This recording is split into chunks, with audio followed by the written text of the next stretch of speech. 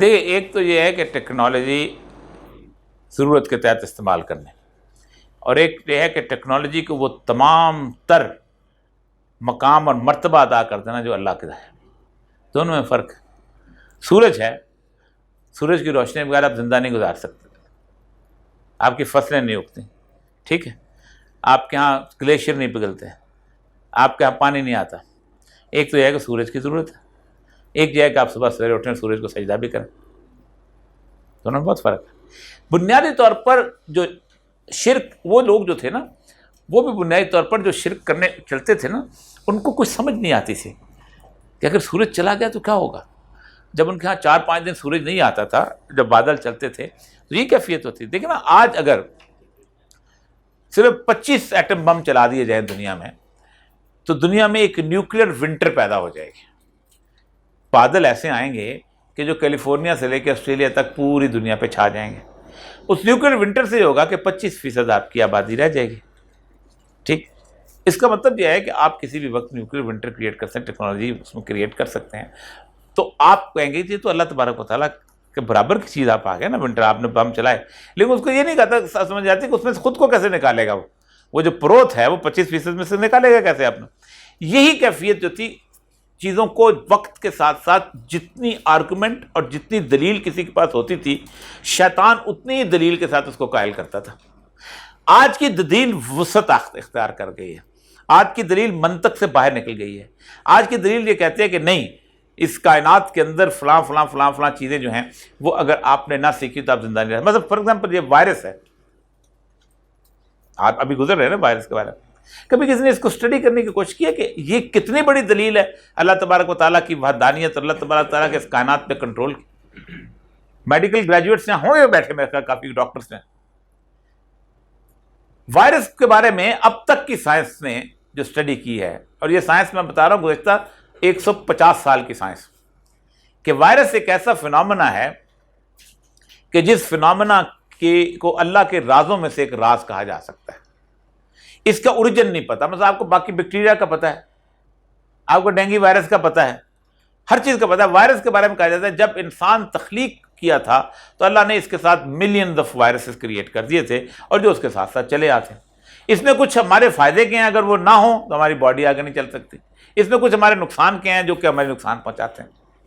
ایسے وائرسز کے اندر ہوتا یہ ہے کہ اس کے بارے میں، یہ اگر اس میز پہ پڑا ہوا ہے کوئی بھی وائرس تو یہ مکمل طور پہ ایک مردہ چیز ہے، جیسے کاغذ کا ایک ٹکڑا ہوتا ہے، اور اس ٹکڑے کے اندر کوئی جان نہیں، لیکن اس ٹکڑے کے اندر ایک مکمل سسٹم ہے. اگر وہ RNA والا ہے تو RNA والا سسٹم ہے، وہ DNA والا ہے تو DNA والا. لیکن جیسے ہی ایک پرٹیکولر وائرس جس کو اللہ نے ڈیزائن کیا ہے کسی خاص جگہ پہ اٹیک کرنے کے لیے، وہ وہاں تک پہنچ جاتا ہے تو اس کے سیل کے اوپر قابو پا کے، اس کے DNA کو قابو پا کے اپنا حکم جاری کرنا شروع کر دیتا ہے.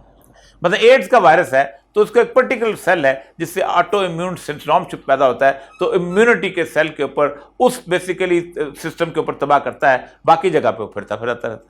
آپ کا یہ موجودہ کرونا وائرس ہے، یہ چونکہ بیسیکلی لنگز اور اس کے ساتھ ریلیٹڈ تھا، یہ وہاں پہنچتا تھا، وہاں جا کے اس کو ہٹ کرتا تھا، اور اس کے بعد وہ آگے چلنا شروع اور کہتا تھا، حکم یہ دیتا تھا کہ میری طرف سے اور بنانے شروع ہو جاؤ. ہمارا جسم جو ہے بنانا شروع ہو جاتا ہے، کوئی کنٹرول.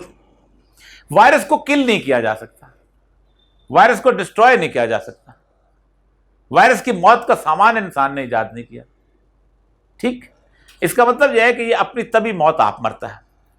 اور آخری نشانی اللہ تبارک و تعالیٰ کی یہ ہے کہ وائرس نیور فسلائز، وائرس اپنی لاش نہیں چھوڑتا جب یہ جاتا ہے. اس کا میکسیمم آپ یہ کرتے ہیں کہ اس کو آپ امیونٹی سسٹم سے دھکے دے دے کے، اس کو کہتے ہیں وائرس لیٹنسی، آپ اس کو خاموش کروا کے بٹھا دیتے ہیں.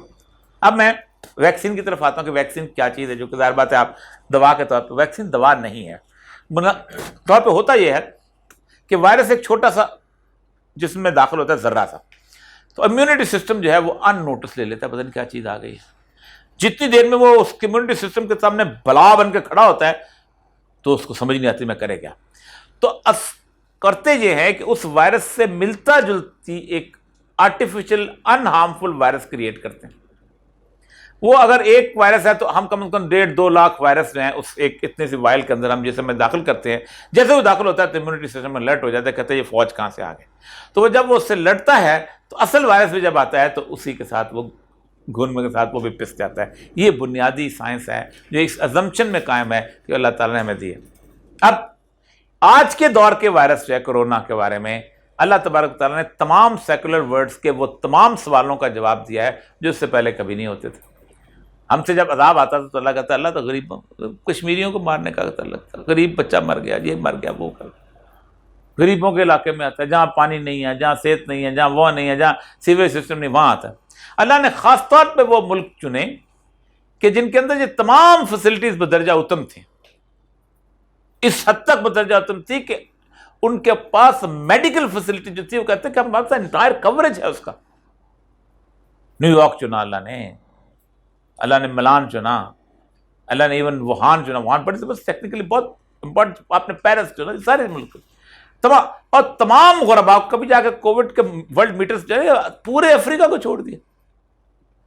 نہ وہاں پر سیوریج ہے, نہ وہاں پر پانی ہے, نہ وہاں پر ڈاکٹر ہے. ایک ڈاکٹر کی ریشو جو 3,000 ہے. پورا ویتنام جیسے ملک چھوڑ دیے, بینکاک جیسے ملک چھوڑ دیے, سارے جہاں اس نے چاہا جو اس کو. پھر وہ پھر کہا جاتا ہے دیکھیں جدھر زیادہ مسائل ہوتے ہیں, جدھر زیادہ فحاشی ہوتے ہیں, وہاں تو اللہ وائرس نہیں لے کے. اللہ نے وہی یہ ملان ہے جو دنیا کا سینٹر ہے فحاشی اور ریانی کا, وہاں کر دیا. یہ ویٹیکن سٹی ہے جہاں پوپ صاحب بیٹھتے ہیں, وہاں کوئی وائرس کا, تو وہ بھی اللہ نے ثابت کرنے. لیکن ہم سمجھتے نہیں ہیں. ہم بنیادی طور پہ سمجھتے ہیں کہ ایک دن ٹیکنالوجیکلی انویسٹمنٹ سے ہم اس وائرس پہ قابو پا لیں گے, اور پھر اللہ تعالیٰ کے سامنے ہم وہ جو اس کا عظیم شعر ہے کہ چاہوں تو اے خدا تیری آنکھیں نہ گن سکوں, پھر بھی اچھل کے خود کو دکھانا پڑا مجھے. وہ اچھل کے خود کو دکھائیں گے. یہ ہے بیسیکلی ٹیکنالوجی کا شعر. کسی چیز کو استعمال, اللہ نے کہا گھوڑے تیار کرو, تو گھوڑے ظاہر بات اس زمانے کی ٹیکنالوجی وہی تھی. لیکن ایسنس کیا ہے؟ ایسنس یہ ہے کہ جب بدر میں رسول اکرم تیاری کر کے نکلے ہیں تو آپ پتہ ہے کیا تھا ان کے پاس جدید ٹیکنالوجی میں؟ 2 گھوڑے, 6 زرہیں اور 8 تلواریں. 313 کے پاس 2 گھوڑے, 6 زرہیں اور 8 تلواریں. کسی نے پوچھا یا رسول اللہ مروان لے کے جا رہے ہو؟ سوال کیا کسی نے. پھر ایک اور بات کہ اب تک ہم خود اپنی ٹیکنالوجی حاصل نہیں کرتے, اس وقت تک لڑنا نہیں چاہیے. یہ تلواریں جو تھیں, یہ رومنس جو تھے, یہ کچھ کاریگر تھے جو شام میں آ کے بناتے تھے اور وہاں سے منگواتے تھے. کسی مکے میں, کسی مدینے میں کوئی تلوار نہیں بنتی تھی.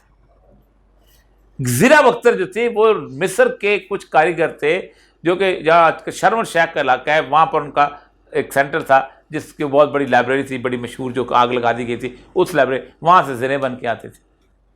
یمن کے کچھ علاقے کے اندر ترکی گھوڑے پالے جاتے تھے اور وہاں سے ہوتے تھے. درہم و دینار تک اپنے نہیں تھے, وہ بھی رومن چل رہے تھے. وہاں کسی نے پوچھا کہ پہلے اپنی تلواریں بنانا کو کارخانہ ہی لگا لے تب لڑائی کریں, پہلے اپنی زرہ بختر بنائے. یہ چیز ثابت کی اللہ تبارک تعالیٰ نے 1400 سال بعد دوبارہ افغانستان میں.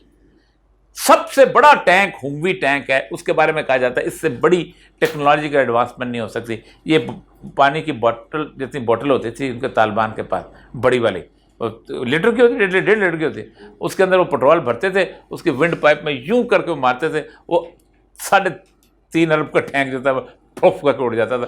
بندہ بھی اس سے شہید ہو جاتا ہو, لیکن اس کے بعد یہ تھا کہ ناکو چلنے سے بعد سے اکانومی چیز 2.24 ٹریلین یعنی 2240 ارب ڈالر جو ہے وہ غرق ہوئے ہیں اس چھوٹے سے شہر اب ملک افغانستان.